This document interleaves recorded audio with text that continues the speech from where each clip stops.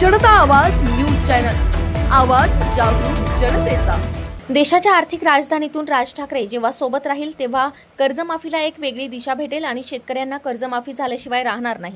पैसे नाही म्हणतात तर शक्तीपीठला 20,000 कोटी दिले कसे, ते पैसे कसे आले? लाडकी बहीण आमच्या डोक्यात लादून दिली, त्यातील अर्ध्या बहिणींचे अर्ज तुम्ही रद्द करून टाकले। जी मागणी आहे ते द्यायचं नाही आणि नको ते द्यायचं असे बच्चू कडू म्हणालेत। पाऊस आहे पण शेतकरी थांबत नाही, कारण वेदना तेवढ्या जास्त आहे आणि महाराष्ट्राच्या मातीत कानाकोपऱ्यात राबणारा एक वर्ग आहे, तो शेतकरी आणि मजूर आहे। या मातीचा सुगंध अवघ्या महाराष्ट्राला नाही तर देशाला देणारा हा महाराष्ट्रातला शेतकरी शेतमजूर उद्या सुखाचा श्वास घेतला पाहिजे, त्याचं मरण थांबलं पाहिजे। आज बोलता बोलता 2 आत्महत्या झाल्या यवतमाळमध्ये, त्या थांबतच नाही आणि मग ते मरण थांबावं म्हणून मनसेनं दिलेला पाठिंबा खुद बाळासाहेब नांदगावकर इथं आले, त्याचं निश्चितच आम्ही आभार मानतो, धन्यवाद देतो।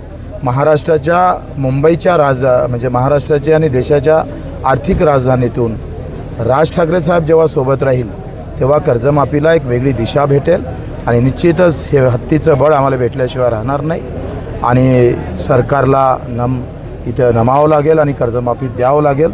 पैसे नाही म्हणता तर शक्तीपीठाला 20,000 कोटी दिले कसे, ते कसे आले तुमच्याकडे, कोणा मागितले होते? साधा एक अर्ज शेतकऱ्यांचा दाखवा, कोणी अधिक लोकांनी दाखवावं का हा अर्ज शक्तीपीठासाठी दिला होता म्हणून। जे मागितलं नाही ते लाडकी बहीण आमच्या डोक्यात लादून दिली, त्याच्यातले अर्ध्यांचं तुम्ही रद्द करून टाकल्या। ह्या सगळ्या जे मागणी आहे ते द्यायचं नाही आणि जे मागणी नाही ते करायचं, त्याच्या मागचा तुमचा हेतू स्पष्ट होतं का जिथं कमिशन आहे तिथं आम्ही उभे आहोत और ज्या कमिशन नाही मिळता वहाँ हम खड़े नहीं रहते। सरकारकडे या सगळ्या गोष्टी करण्यासाठी पैसे आहेत का? जर तुमच्याकडे पैसे नाही, साधारणतः 7 कोटी 20 लाखात 2 लाखाचा बजेट आहे, राज्यावरती कर्ज जवळपास 9.5 कोटींचं होईल।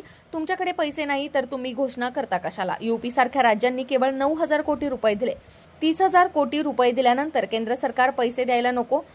तुमच्याकडे पैसे नसेल तर कुठूनही हाना आणि शेतकऱ्यांचा 7/12 कोरा करा। बच्चू कडूंच्या आंदोलनाला आमचा पाठिंबा आहे असे मनसे नेते बाळा नांदगावकर म्हणाले। अशी गोष्ट आहे, सरकारकडे या सगळ्या गोष्टी करण्यासाठी पैसे आहेत का? जर तुमच्याकडे पैसे नाहीत, साधारण 7 कोटी 20 लाखाचं का 2 लाखाचं आपलं बजेट आहे, राज्यावरती कर्ज आता जवळजवळ 9.5 कोटीचं होईल, 9.5 लाख कोटीचं कर्ज होईल, तर तुमच्याकडे पैसे नाहीत तर तुम्ही घोषणा करता कशाला? घोषणा नाही करायला पाहिजेत आणि मग दिल्लीत सरकार तुमचं मग केंद्र सरकारकडून आणायला पैसे। साधारण आम्ही आत्ता ह्या वर्षी 31,000 कोटी रुपये आम्ही GSTच्या माध्यमातून दिले, इतर राज्यांनी पण दिलेले नाही।